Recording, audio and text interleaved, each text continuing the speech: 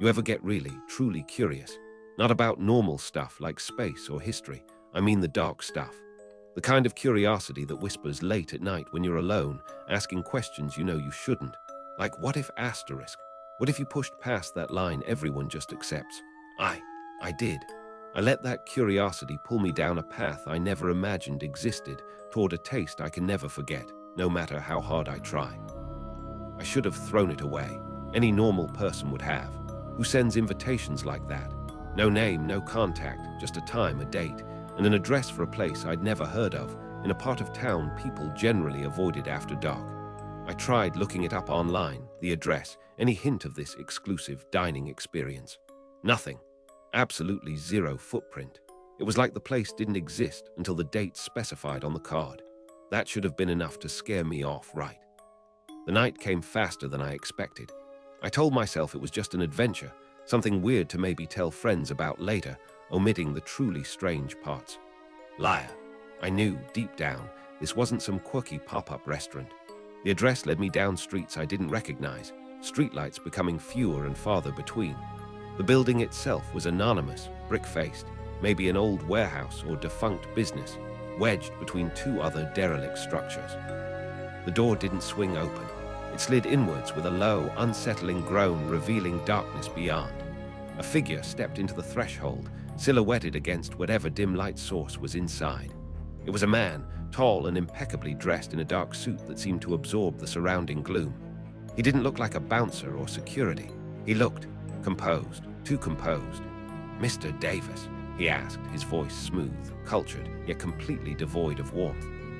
Julian led me through a short, dark corridor into the main room. It wasn't what I expected. Not a typical dining room. More like an old, private library or study that had been repurposed. Heavy, dark wood bookshelves lined the walls, mostly empty now, covered in dust. Thick velvet curtains, faded and stained, covered any windows. In the center, a long, heavy oak table was set for maybe a dozen people, though only 5 or 6 others were present. Julian guided me to an empty seat near the head of the table, opposite him.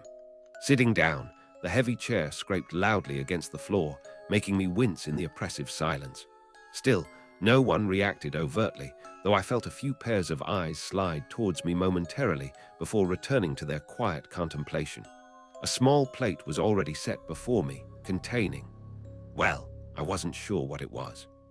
Conversation, when it finally started, was as strange and stilted as the food. It wasn't really conversation at all, more like coded pronouncements. An older woman with severe gray hair muttered something about recent acquisitions and the difficulty in sourcing prime quality. A man across from me, face like old leather, nodded slowly, adding a comment about discretion being paramount and the unfortunate necessity of relocation for certain suppliers. The next course arrived silently, placed before us by unseen hands moving in the shadows beyond the table's circle of light. This dish was stranger. Small, pale medallions of meat, seared lightly, swimming in a translucent, faintly pink sauce. The aroma was delicate, almost floral, but with that same underlying metallic sweetness I'd smelled earlier, now more pronounced. I looked around. The others picked up their forks immediately, with a kind of quiet reverence. As we ate the second course in near silence, Julian leaned forward slightly, his eyes catching the flickering light. He surveyed the table, his gaze lingering on me for just a moment too long. "True appreciation," he began, his smooth voice cutting through the tension, "requires a willingness to transcend conventional limitations, to understand that the rarest flavors, the most profound experiences, often lie beyond the borders of acceptable society." He paused, letting the words hang in the dusty air. Then came the main event. Again, movement in the shadows, and a large, domed silver serving platter was placed in the center of the table with a heavy, resonant thud. It gleamed under the flickering bulb, distorting the reflections of our faces into monstrous shapes. An expectant hush fell over the already quiet room. Even the passive guests seemed to lean forward slightly, their eyes fixed on the platter. Julian lifted the lid, slowly, dramatically. Underneath, nestled on a bed of dark greens that did little to conceal its nature, was a roast. It was large, expertly cooked, golden brown, glistening with juices, but the shape was wrong. It wasn't a lamb or a pig or a side of beef. It was elongated, the proportions subtly unsettling. There was a curve to it, a suggestion of a form that was disturbingly anatomical, the way it was carved. I stared frozen. My mind refused to fully process it, yet simultaneously every instinct screamed the truth. Human, they were serving human meat. The strange texture of the second course, the disturbing sweetness, the livery appetizer. It all made a horrifying kind of sense. I looked around the table. The other guests weren't recoiling in horror. They looked expectant, eager even. The severe-haired woman had a faint flush on her pale cheeks. The leathery man ran his tongue over his thin lips. Julian picked up a large carving fork and knife, the polished steel catching the dim light. He looked directly at me, his eyes cold, assessing. "A truly exceptional vintage tonight," he announced quietly to the table, but his gaze remained locked on mine. Carefully selected, perfectly prepared. He poised the knife over the roast. Then, deliberately, he sliced off a piece, a perfect, thin slice of the pale pink meat. He placed it onto a clean plate with surgical precision, arranging it carefully. I don't know how long I sat there, staring at the plate. Seconds, minutes. Time seemed to warp in that dusty, flickering room. My fear warred with a horrifying, newly awakened flicker of that same old curiosity. What did it really taste like? Now that I knew, now that the veil was torn away, was that the final step, to know and still choose to taste? I looked at Julian. His expression hadn't changed, but there was something like triumph in his eyes. He believed he knew me. The taste, it wasn't repulsive. That was the truly horrifying part. It was mild, slightly sweet, the texture unbelievably tender, just like the previous course, only richer, more complex. Now that I knew the source, my brain overlaid the taste with horror, but the physical sensation, it wasn't unpleasant. I chewed slowly, mechanically swallowed. A silence fell, even heavier than before. I opened my eyes. Julian was smiling faintly, a genuine reptilian smile this time.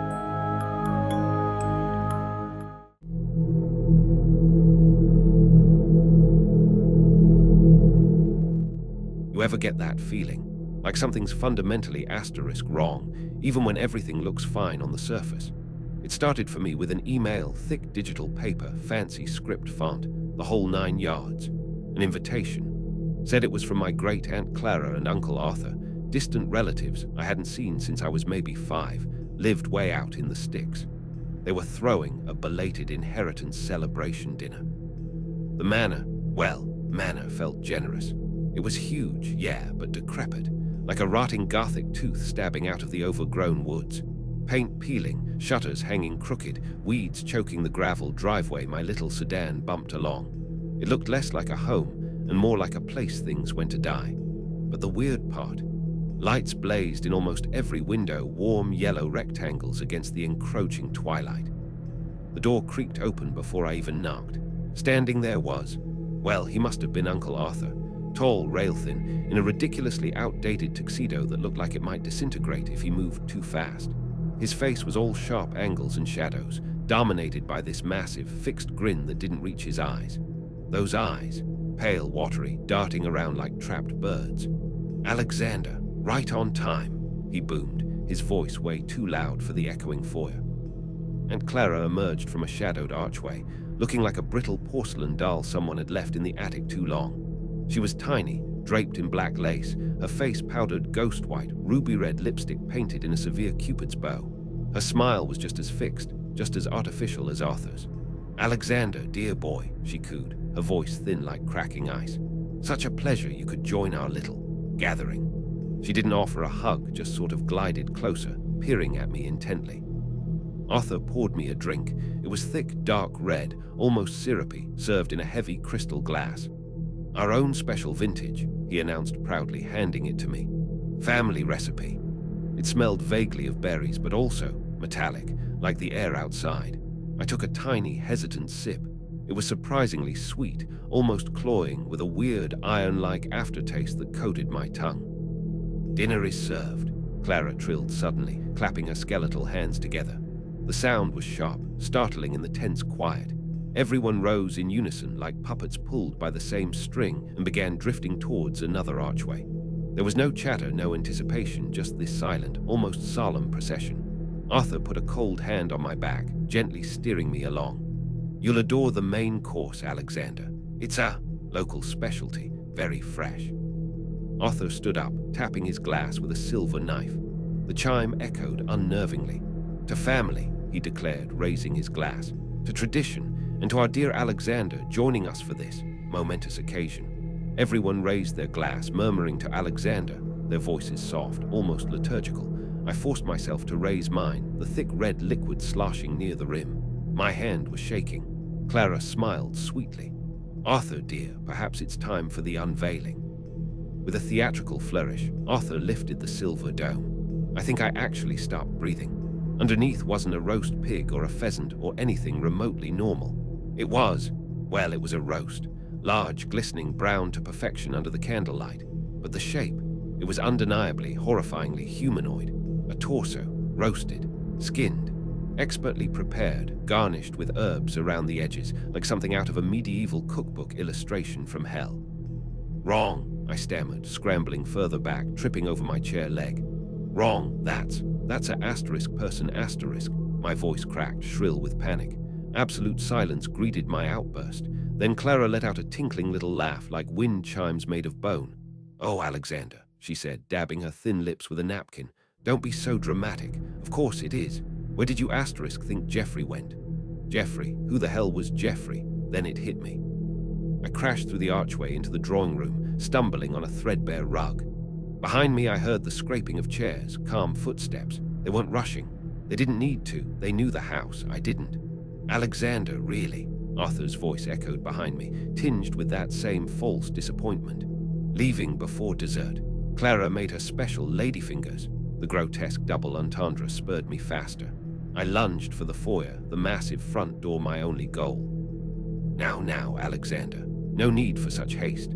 Arthur's voice was right behind me. I spun around, pressing myself against the unyielding wood of the door. He stood there, flanked by Clara, the fixed smiles firmly back in place. The other guests fanned out behind them, blocking the entrances to the other rooms, their expressions passive, almost bored. They formed a silent, pale semicircle around me, trapped, completely trapped. My eyes darted around, looking for any weapon, any escape route. What do you want from me?" I whispered, the fight draining out of me, replaced by cold dread. Arthur's smile widened, if that were possible. "Why, Alexander, isn't it obvious? An invitation was extended. A place was set. We thought perhaps you might understand, appreciate the tradition." He gestured vaguely towards the dining room. "It takes a certain palate, a certain appreciation for fine things. Not everyone is suited." "No," I choked out. "Never, you're monsters." Arthur sighed dramatically, a look of profound disappointment crossing his features. "A shame," he murmured. "A terrible shame. We truly believed you'd see the practicality of it all. Waste not, want not, as they say." He looked me up and down slowly, his eyes lingering. That assessing gaze like Clara's earlier, but now it held a different weight. Not a valuation for membership, but for consumption. Arthur snapped his fingers. It was a sharp, definitive sound. Two of the male guests, taller and broader than the others, detached themselves from the silent group and started walking towards me slowly. They moved with a strange, deliberate calm that was far more terrifying than any sudden rush. There was no malice in their eyes, no anger, just purpose, like butchers approaching livestock.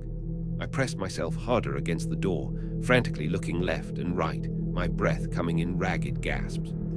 They reached me. Cold hands clamped onto my arms, incredibly strong. I struggled, kicked, yelled, but it was useless. They were implacable, dragging me away from the door, back towards the archway, back towards the dining room, towards the long oak table and the flickering candles.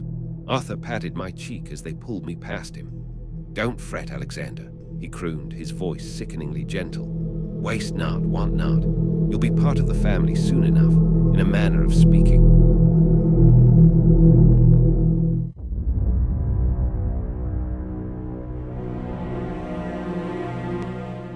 You know how people say blood is thicker than water?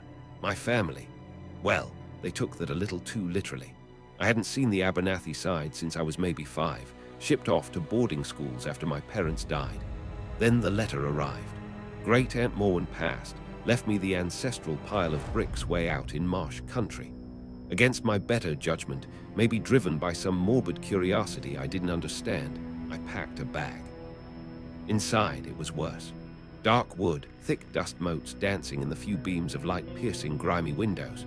Felt like stepping into a poorly preserved museum exhibit. The air was thick with that strange, sweet undertone, stronger now, mixed with old grease and something vaguely floral, like wilting funeral wreaths. A few other relatives were scattered around the main room, hunched over chairs like gargoyles. Aunt Maeve, round and pale, knitting something formless with frantic energy. Dinner was an experience, served in a cavernous dining room dominated by a long, scarred oak table. The centerpiece wasn't flowers, but this weird, elaborate carving made of what looked like knotted roots and bones. Maybe animal bones, I hoped. Everyone gathered, the silence heavy, punctuated only by scrapes of cutlery and Enoch's occasional wet cough. The main dish was a roast, dark meat glistening under a thick gravy. After dinner, things got stranger. Silas led me to this study, I guess you call it. Bookshelves crammed with leather-bound volumes, titles obscured by dust and age. He pulled one down heavy, bound in something that wasn't quite leather. Felt rough, almost like cured skin. He opened it. It wasn't a printed book. It was handwritten, page after page of spidery script detailing the Abernathy lineage. Dates, names going back centuries, but interspersed with these notes. I mumbled something about being tired, needing sleep, and managed to excuse myself. My mind was racing, trying to rationalize what I'd seen, what he'd implied. It had to be delusion, some macabre family mythology taken too far by generations of isolation. Right, they gave me a room upstairs. Small, cold, with a single barred window overlooking the black expanse of the marsh. The bed was ancient, the mattress thin and lumpy. I didn't even think about sleeping. I must have drifted off eventually, slumped against the headboard, exhaustion winning out over terror. I woke with a start, unsure what pulled me back. It was still dark, that pre-dawn grey filtering through the bars. The house was quieter now, dangerously so. The thudding had stopped. Driven by a desperate need to understand, or maybe just to confirm my sanity wasn't completely shot, I crept to the window. Panic clawed its way up my throat. The book, the harvest dates, the way they ate, Enoch dragging that asterisk thing. It wasn't mythology. It was real, my parents. I felt sick. I had to get out. Now, moving as silently as I could, I pulled the wardrobe away from the door. It scraped horribly on the floorboards. I froze, listening. Nothing. Slowly, carefully, I opened the door just a crack. The upstairs hallway was pitch black, smelling faintly of dust and that cloying, coppery sweetness. Reaching the bottom of the stairs felt like a victory. The main hall was colder, the front door agonizingly far away. My jacket was there, hanging on a peg rack by the door. Keys, phone, wallet, survival. I edged towards it, trying to avoid the floorboards I knew creaked. My hand was almost on the jacket when I heard it. A floorboard creaked upstairs, then another closer to the staircase. Slow, deliberate footsteps. Silas. He knew I was up. He knew I was trying to leave. Adrenaline surged. There was no time to think, only react. I ripped the keys out, jammed one into the deadbolt lock on the front door. It grated loudly. Behind me, Silas's footsteps quickened on the stairs. Now, no need for haste, he called, his voice losing its calm edge, gaining a hungry rasp. Wouldn't want to be rude. The lock clicked open. I fumbled with the doorknob, old, stiff, twisting it hard. It gave way just as Silas reached the bottom step. Reaching the car felt like breaching enemy lines.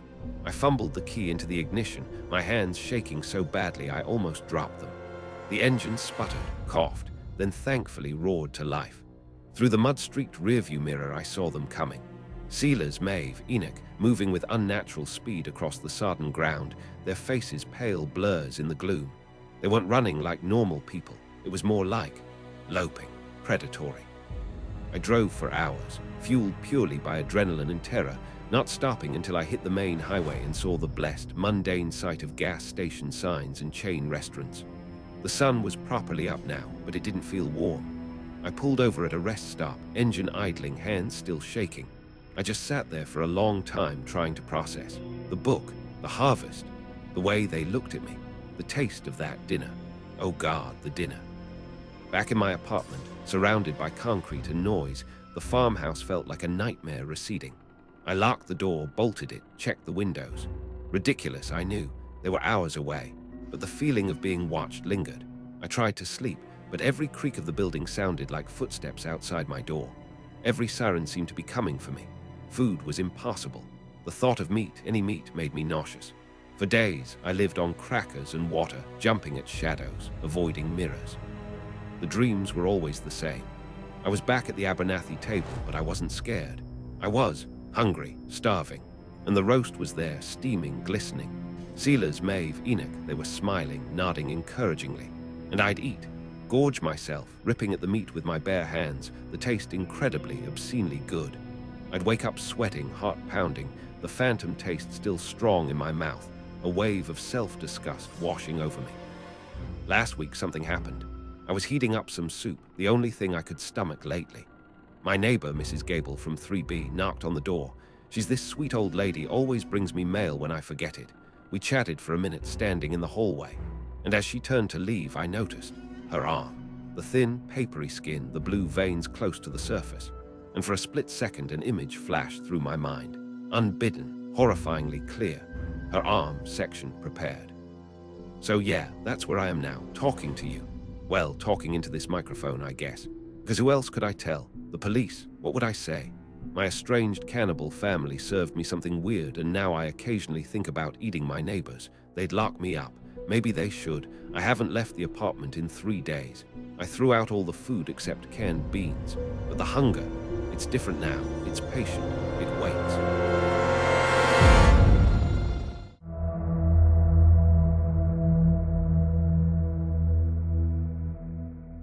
Ever been so broke you do almost anything?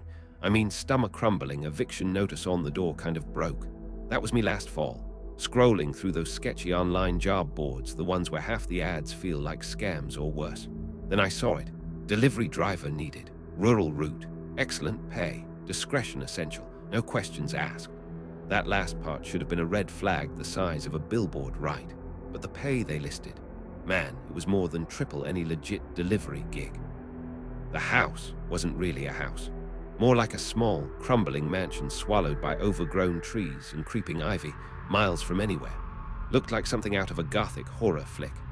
No lights on, except for a single, weak yellow bulb flickering above the main door, casting these long, dancing shadows that made the whole place look like it was breathing. It was dead silent out there, too, apart from the wind whistling through the trees and the crunch of my boots on the gravel path. Following the instructions from that gravelly voice on the burner phone, I left the package right on the top step, directly under that sickly yellow light. Felt like I was leaving an offering or something. Knocking wasn't part of the deal. Just drop it and go. Tucked under the doormat, just like they said, was a plain white envelope. Felt thick. I didn't open it there. My hands were shaking too much. That first delivery set the pattern. Twice a week, Tuesday and Friday nights, always midnight. Same creepy mansion, same drop-off routine, same fat envelope waiting under the mat. I never saw anyone. Never heard a sound from inside besides the wind howling around the eaves. It became almost normal in a really messed up way.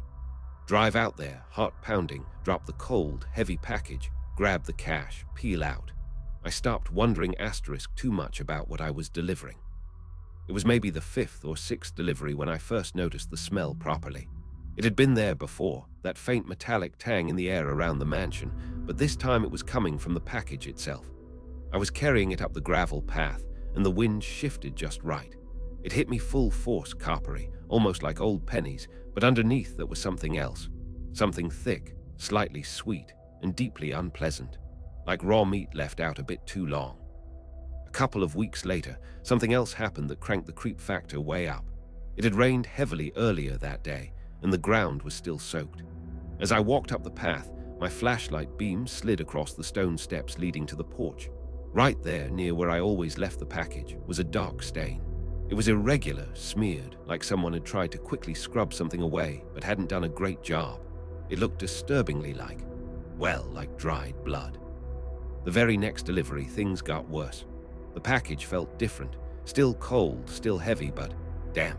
Not just from the mist, but damp from the asterisk inside asterisk.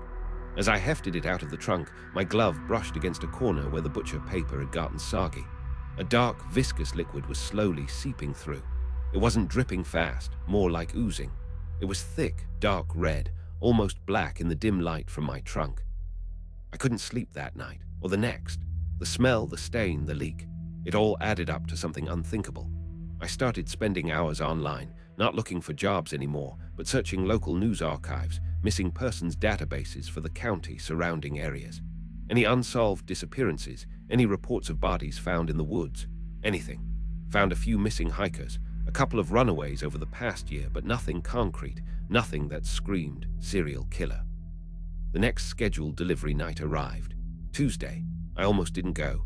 Sat in my car for an hour, engine off, just debating. Finally, guilt losing out to necessity one more time, I made the drive. But when I got to the mansion, something was different. No envelope under the mat. My heart sank. Had they figured out I was getting spooked? Was this it? Then I saw it. Taped to the heavy front door right at eye level was a small, folded piece of parchment paper, not an envelope. Friday came too fast. Picked up the package from the usual dead drop spot behind an abandoned gas station miles away. This one. Jesus, this one was different. It was easily the heaviest yet. I damn near threw my back out getting it into the trunk, and it was asterisk freezing, radiating cold even through the thick wrapping. It felt dense, solid, and the smell, oh God, the smell was overpowering this time. That same raw, coppery, sickly, sweet stench, but amplified tenfold. Pulling up to the mansion at 7 felt deeply wrong. Twilight was fading fast, painting the fog in shades of gray and purple. It made the house look even more spectral. That single yellow porch light was still flickering away. I hauled the monstrously heavy package out of the trunk, the smell making me want to vomit. I practically staggered up the path, desperate to just drop it and leave. As I heaved it onto the top step, breathing hard, I heard it, a sound from inside the house. My heart was trying to hammer its way out of my chest, that chopping sound. I couldn't unhear it. I started backing away from the door slowly, trying not to make a sound on the gravel. My eyes were locked on the house, scanning the dark windows. And then I saw it. Upstairs, second floor, the window directly above the porch. A flicker of movement behind the grimy glass. The edge of a heavy curtain shifting, just slightly, then falling back into place. Driving away that night was different. It wasn't just fear anymore. It was sheer terror mixed with self-loathing. I knew I couldn't pretend anymore. I was delivering human remains, body parts, food, for whatever ghoul lived in that house. The chopping sound confirmed it. The curtain twitch confirmed it. The asterisk smell. God, the smell. I drove aimlessly for hours, the cash from previous deliveries feeling like burning coals in my glove compartment. I had to stop. So I went back. Like an idiot moth to a flame, I went back for the final payment. But as I pulled onto the property, everything felt wronger than usual. The driveway gates, usually closed, were slightly ajar, and the porch, it was dark. That single, flickering yellow bulb that had been my only companion on all those drops, it was out. Complete darkness, except for the faint moonlight filtering through the heavy fog. My headlights cut through the gloom, landing on the front door. Expecting me, for dinner, my mind just blanked, flight response screaming, every nerve ending telling me to run. But the final payment, the morbid curiosity, maybe a twisted sense of needing to see this through. I don't know what possessed me. Numbly, I pushed the slightly open door. It swung inward without a sound onto oiled hinges. Inside wasn't dark. A long hallway led to a dining room lit by flickering candelabras.